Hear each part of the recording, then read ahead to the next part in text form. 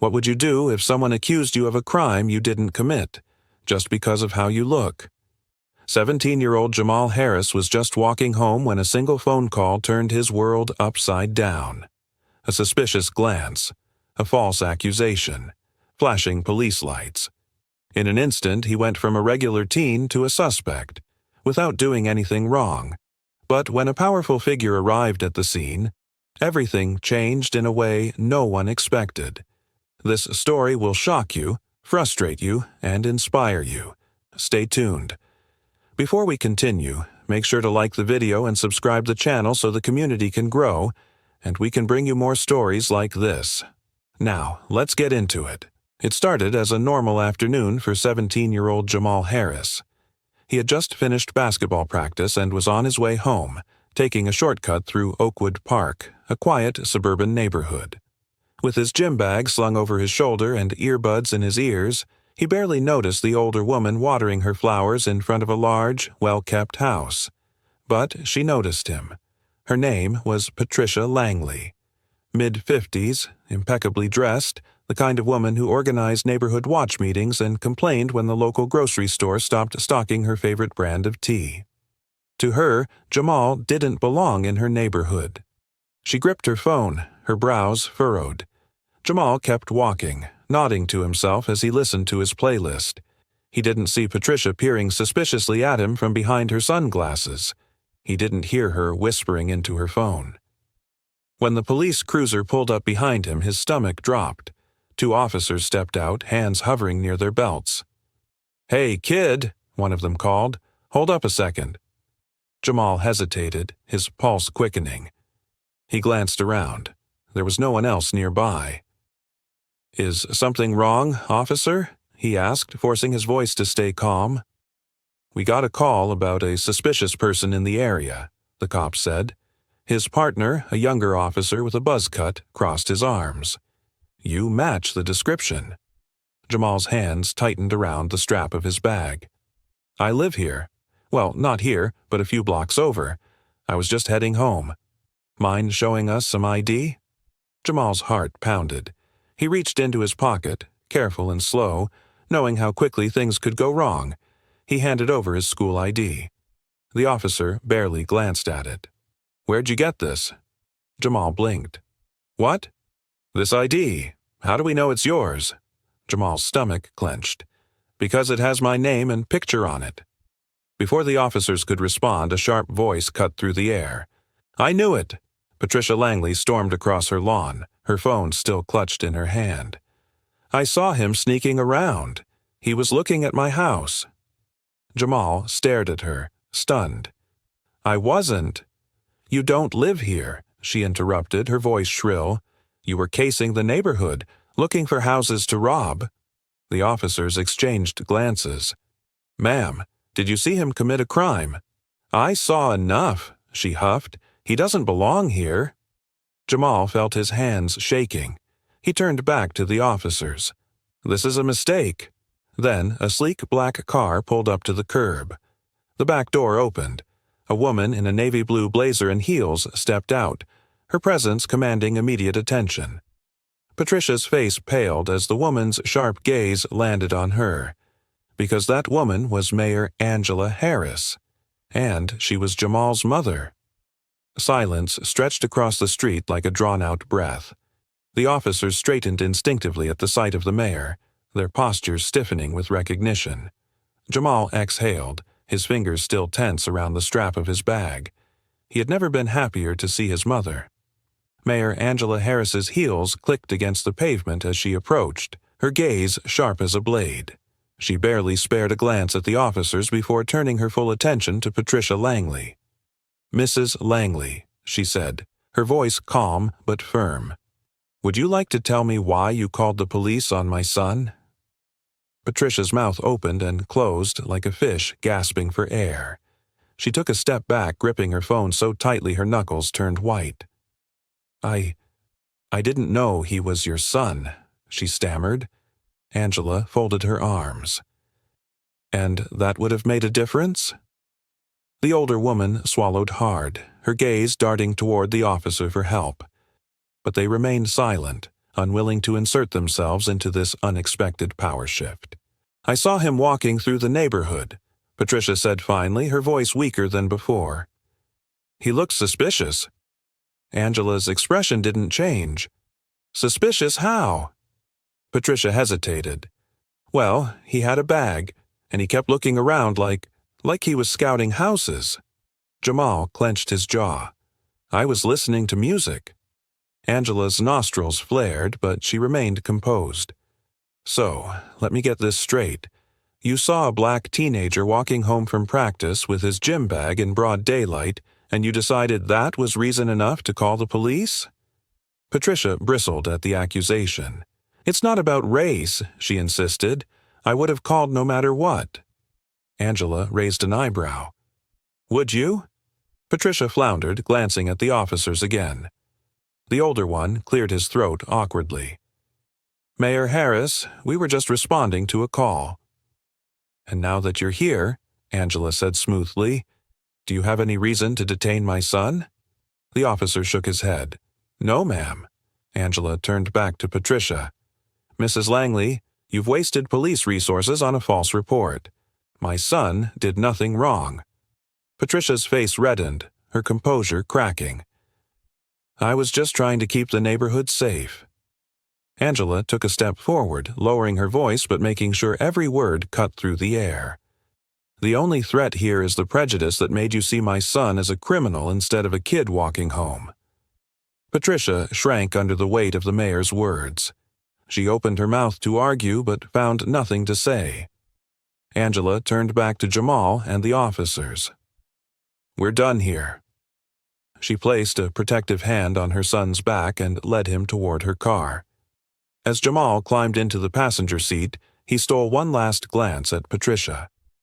For the first time, she looked unsure of herself. As the car doors shut, silence filled the cabin. Jamal's heart was still pounding, his hands trembling slightly. He exhaled, finally feeling the weight of the moment settle in his chest. His mother didn't start the car right away. Instead, she turned to him, her dark brown eyes filled with both concern and something fiercer, something protective. "Are you okay?" she asked, her voice softer now. Jamal nodded slowly. "I guess," he muttered, staring down at his lap. I don't get it, Mom. I wasn't doing anything wrong." Angela sighed, rubbing her temples for a brief second before sitting up straight. "I know, baby. And that's what makes this so frustrating. You did everything right, but to people like Patricia Langley, that doesn't matter." Jamal's jaw clenched. She really thought I was a threat, just because I was walking. Angela gave him a long, steady look. "It's not about what you were doing. It's about what she believed you were capable of. And that belief, it wasn't based on anything real, just fear and ignorance." Jamal let out a bitter laugh, shaking his head. "So, what now?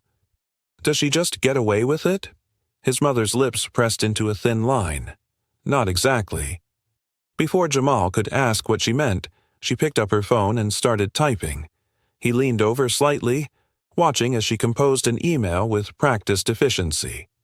"Who are you emailing?" he asked. Angela's eyes flicked to him, a small, knowing smile playing at the corner of her lips. The police chief, the city council, and the press. Jamal's eyebrows shot up. "Wait, you're going public with this?" Angela turned to fully face him, her expression serious. "This isn't just about you, Jamal. How many other young black men have gone through the same thing, but didn't have a mother who could step in and stop it? How many have been arrested, or worse, because someone like Patricia Langley thought they looked suspicious?" Jamal swallowed hard, thinking about it. He had heard the stories, seen the names trending on social media. He never thought it would happen to him. Angela continued, her voice firm. "I'm not just the mayor, Jamal. I'm your mother, and I refuse to let this slide. People need to see that this kind of profiling still happens, even in broad daylight, even in so-called nice neighborhoods." Jamal felt a spark of something, pride, maybe, ignite in his chest. His mother wasn't just talking about change, she was making it happen. He exhaled and nodded. Okay, let's do it. Angela gave him a small but fierce smile before turning back to her phone. Good, she said, because this is just the beginning. Outside, Patricia Langley still stood frozen on her lawn, her expression uneasy as she watched the black car disappear down the street. She had no idea what was coming next. By the time Angela and Jamal arrived home, the weight of what had happened still lingered between them. Jamal dropped his gym bag by the door and sank onto the couch, running a hand over his face. Angela, still fueled by the adrenaline of the moment, went straight to her laptop. She wasted no time forwarding her email to the necessary officials, making sure the details of the incident were clear. A false report, racial profiling, and police resources wasted on a baseless accusation. Jamal watched her type furiously, his mind racing. "Do you think she'll face any consequences?" he asked. Angela didn't stop typing. "She will. If there's one thing people like Patricia Langley hate more than being called out, it's being exposed." Jamal exhaled, rubbing his temples. I still don't get how she was so sure I was up to something. She didn't even hesitate. It's like she was waiting for an excuse." Angela paused, looking at her son. "Because she was, Jamal. People like her see what they want to see. It doesn't matter who you really are. They've already made up their minds before you even open your mouth." Jamal leaned back, staring at the ceiling. "That's so messed up." Angela nodded. "It is, and that's why we're not going to let it slide." Just then, her phone buzzed. She glanced at the screen, her brows lifting slightly. That was fast. Jamal sat up. "Who is it?" Angela smirked. "Councilman Rivers. He wants to meet first thing tomorrow to discuss this." Jamal raised an eyebrow. "Is that good or bad?" Angela closed her laptop, crossing her arms. "That depends on whether they want to fix the problem or make it disappear." Jamal frowned. "You think they'll try to sweep it under the rug?" Angela sighed. "The city likes its reputation. The last thing they want is a headline about their own mayor's son being racially profiled in one of their safe neighborhoods." Jamal clenched his fists. "So, they'll want you to stay quiet?" Angela gave him a steady look. "Let them try." Jamal couldn't help but grin at that. His mother had never been one to back down. But before he could respond, another notification flashed on Angela's phone. This time, her expression darkened. Jamal sat forward. "What is it?" Angela turned the screen toward him. It was a social media post, one from a local community group. The caption read, "Teen caught prowling Oakwood Park, Mayor Harris's son. Should elected officials be held responsible for the behavior of their children?" Beneath the post, dozens of comments flooded in. Some defended Jamal, but others were filled with ignorance and outright racism, accusations, insults, even veiled threats. Jamal felt his stomach drop. "They're trying to flip the story." Angela's jaw tightened. "And they just made their biggest mistake." Angela's grip tightened around her phone. The comments under the post were a toxic mix of ignorance and malice. "Looks like the mayor is raising criminals in her own house." "Why are these kids always in places they don't belong?" "She's probably going to play the race card." Typical. Jamal's stomach twisted as he scrolled. His hands shook, not with fear, but with anger. "They don't even know me," he muttered.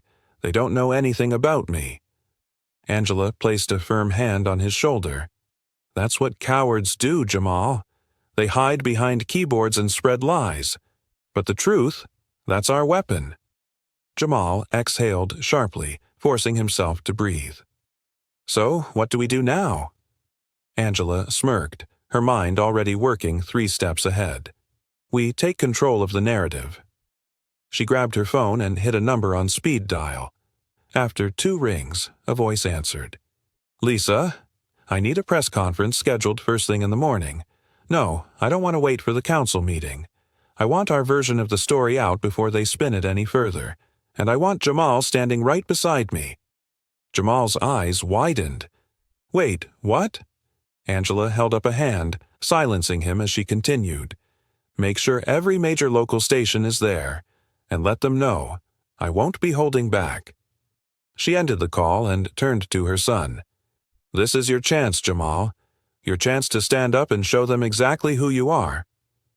Jamal hesitated.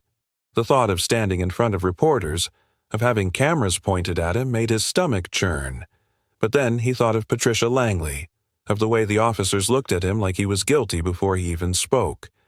And he thought of that post, the lies being spread about him. He clenched his jaw and nodded. "Okay, I'll do it." Angela smiled proudly. "That's my boy." By morning, the City Hall steps were swarming with reporters. Cameras flashed, microphones lined up, and people murmured in anticipation. Angela stood tall, dressed in a sleek navy suit, her presence commanding. Beside her, Jamal adjusted his tie nervously. Angela leaned down. "Remember, just speak your truth. I'll handle the rest." Jamal nodded, his pulse racing. Angela stepped forward, raising a hand to quiet the crowd. "Good morning," she began, her voice clear and unwavering. "We are here today because my son, Jamal Harris, was racially profiled and falsely accused while simply walking home from basketball practice. A neighborhood woman, Mrs. Patricia Langley, saw a young black man in her community and assumed the worst. And the police, instead of questioning her bias, immediately treated my son like a suspect." Murmurs rippled through the crowd. Angela's gaze was fierce as she continued. "This is not just about Jamal. This is about every black child who has been treated as a criminal before they've even had the chance to prove they're anything else." Jamal took a deep breath. His turn was coming. Jamal stepped forward, swallowing hard as the cameras zoomed in on him. His mother gave him a small nod of encouragement. He exhaled and spoke. "I never thought I'd be standing here, having to defend myself for walking home after practice," he began. His voice was steady, but the weight of the moment pressed against his chest.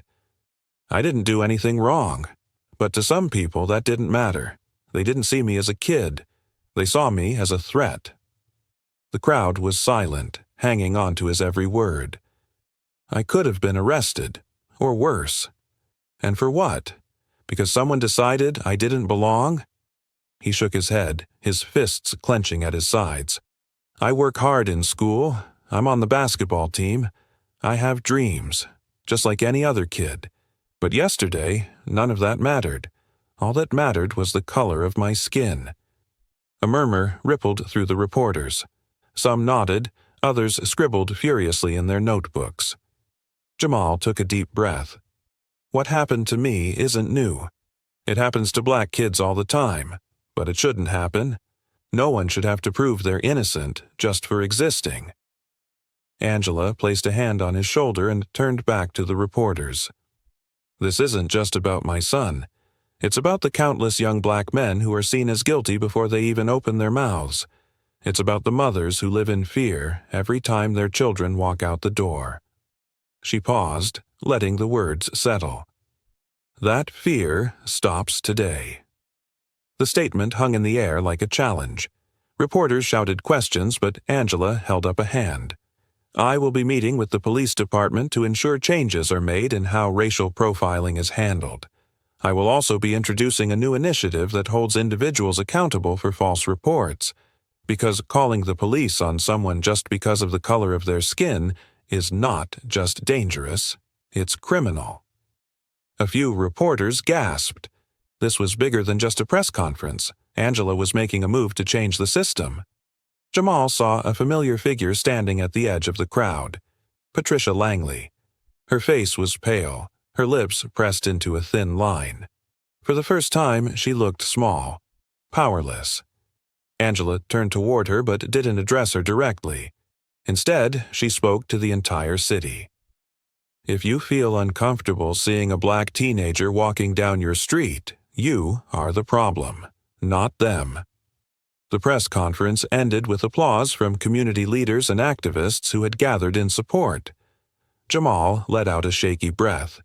He had spoken his truth, and people had listened. As he and his mother walked away from the flashing cameras, he felt something new settling in his chest. Not just anger, not just frustration. Hope. The lesson of the story. This story isn't just about Jamal. It's about the countless young black men who face the same prejudice daily. The lesson here is simple, but powerful. Bias, whether conscious or not, can have real and dangerous consequences. Patricia Langley made an assumption that could have cost Jamal his future, or even his life. This is why we must challenge stereotypes and hold people accountable for racial profiling. And for those who think calling out racism is too much or unnecessary. Imagine if it were your child being accused of a crime simply for existing. Change starts when people in power, like Mayor Angela Harris, refuse to stay silent. But it also starts with all of us. Speaking up, standing together, and making sure the world is a place where kids like Jamal don't have to prove their innocence just for walking home. Because no one should be seen as a threat, simply for being who they are. Make sure you like the video, subscribe to the channel, and turn on post notification to be the first to know when interesting and lesson-packed stories like this one drop. Peace.